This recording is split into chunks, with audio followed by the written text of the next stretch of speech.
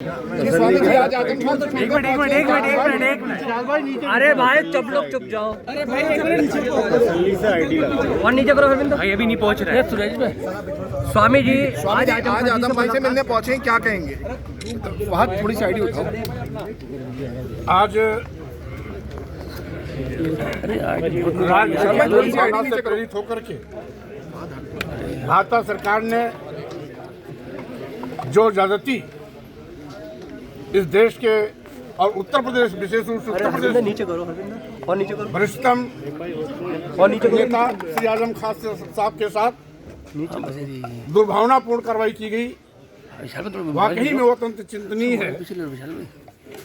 और इतने बड़े नेता को मुर्गी चोरी, भैंस चोरी जैसे छोटे और घटिया आरोप लगा करके लंबे अंतराल तक जेल की सलाखों में रखा।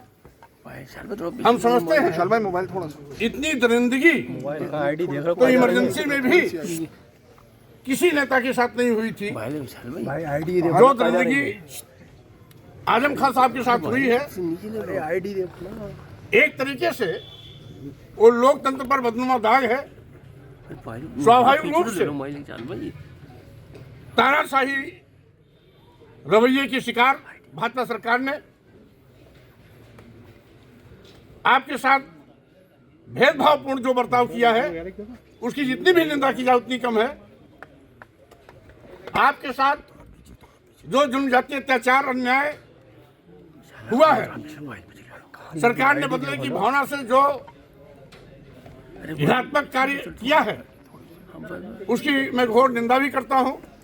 और आज की ये मुलाकात विशुद्ध रूप से औपचारिक भेंटवार्ता है, क्योंकि लंबे अंतराल के बाद माननीय न्यायालय द्वारा जमानत पर आप जेल से बाहर आए हैं।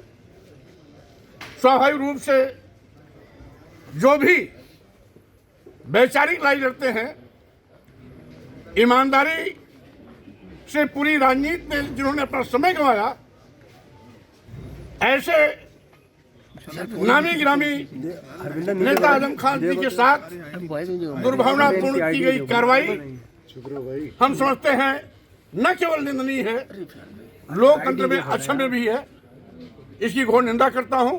और साथ ही साथ भाजपा सरकार जो आज बीज बो रही है, जो बदले की भावना से कार्रवाई कर रही है, हम समझते हैं बदले की भावना से कार्रवाई करने का लोकतंत्र में कोई स्थान नहीं है। नई परंपरा भाजपा ने जो डाली है, उसको ये नहीं भूलना चाहिए कि इस परंपरा के शिकार कभी वो भी हो सकते हैं। इसलिए राजनीति विचारधारा की होती है, विचारधारा आधारित राजनीति ही राजनीति कहलाती है। राजनीति में न कोई शत्रु होता है, न कोई मित्र होता है। वैचारिक रूप से हम सभी एक दूसरे दलों में रह के काम करते हैं, लेकिन जब हम राजनीतिक मंच से बाहर होते हैं तो हम सभी एक होते हैं। लेकिन जिस तरीके से भाजपा ने शत्रुता निभाई है, दुश्मनी निभाई है, व्यक्तिगत दुश्मनी निभाई है, वाकई में ये सरकार ने अपनी गरिमा गिराई है, अपनी गरिमा के विपरीत आचरण किया है। जितनी भी निंदा की जाए उतनी कम है।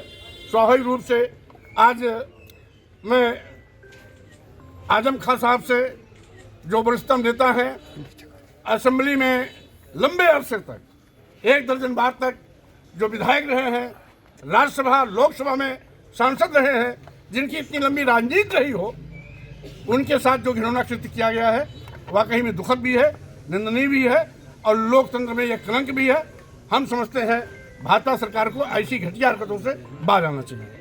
जी स्वामी जी, बरेली प्रकरण को किस मामले से अखिलेश जी ने कहा था कि आजम खान के ऊपर भाजपा ने मुकदमे की एक नया रिकॉर्ड बनाया, हम सब मिलकर लड़ेंगे।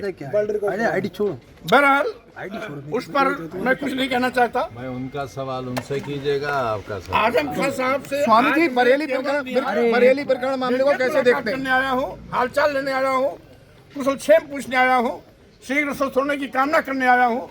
और साथ ही साथ अभी उनको कुछ समय चाहिए स्वास्थ्य लाभ के लिए, और लगातार मुकदमे की पैरवी के लिए।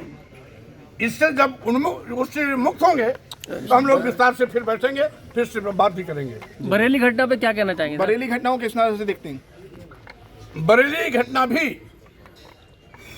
सरकार की एक सोची समझी साजिश के तहत, जैसा कि वो हमेशा हिंदू मुस्लिम मस्जिद मंदिर मुद्दा बनाए रखना चाहती है, उसी के तहत भाजपा की साजिश के फलस्वरूप बरेली की घटना में जो भी घटित हुआ है वो भाजपा सरकार की देन है। बुलडोजर कार्रवाई पे क्या कहेंगे? अरे बच्चों, अब ये बहुत पुराने सवाल हैं।